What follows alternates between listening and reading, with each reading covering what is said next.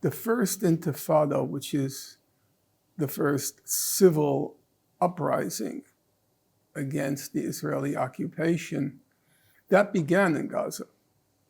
It began in Jabalia refugee camp. It rapidly spread to the West Bank because at that point, the West Bank and Gaza were not separate. It was relatively easy to transport oneself from one to the other. I was there beginning in 1988, and it was it took time to get there, and then there was the checkpoint when you got to Gaza, but to actually travel was not so difficult. Israel began what it called its closure policy in Gaza beginning in 1991. And that's when the separation slowly begins until Gaza is completely sealed off from the outside world. I can't say it's as I said already, it's being described as a concentration camp in 1955. But by 1990, you have to remember, until the first Intifada, I think it was 200,000.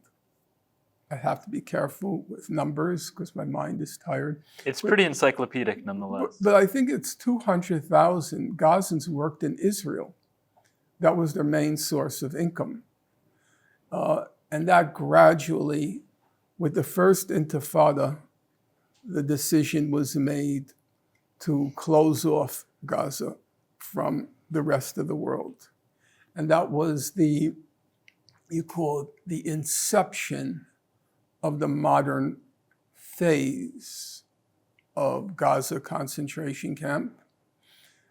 Once the Intifada was defeated, there was a second Intifada, September 2000, right after the apparent failure of, if you might hear, it's coming closer to modern history, the Camp David Accord, the Camp David meeting between Ehud Barak, who was the Prime Minister of Israel, our own Bill Clinton, and Yasser Arafat to try to seal a deal to end the conflict.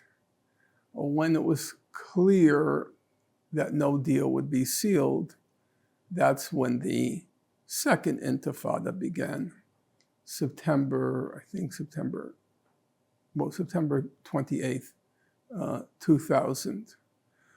And that was the Intifada of what was most salient about it were the suicide bombings by Hamas.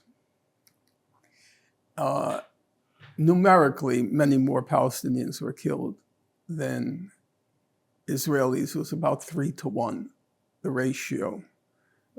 About 3,000 to 1,000, no, 4-1. It was 4,000 to 1,000 Palestinians killed. But all that's remembered was the suicide bombings by Hamas.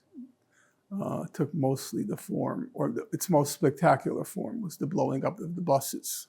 Yeah, I remember that very well. You see, that's the funny thing. Mm-hmm. That's what we remember. We don't remember Sabra and Shatila. In any event, I was there then.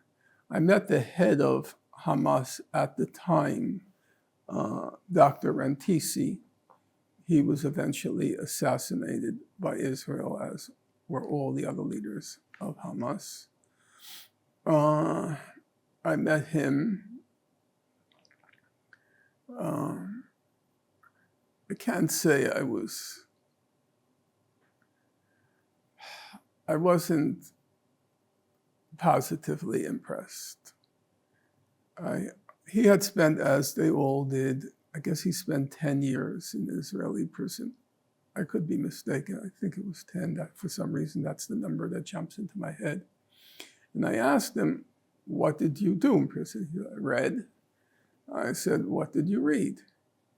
And he looked at me as if that were a redundant question. He said, the Quran.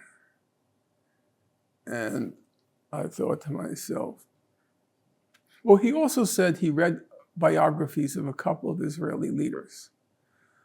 But I thought to myself, this is not the mental universe that the moment requires, that the struggle requires.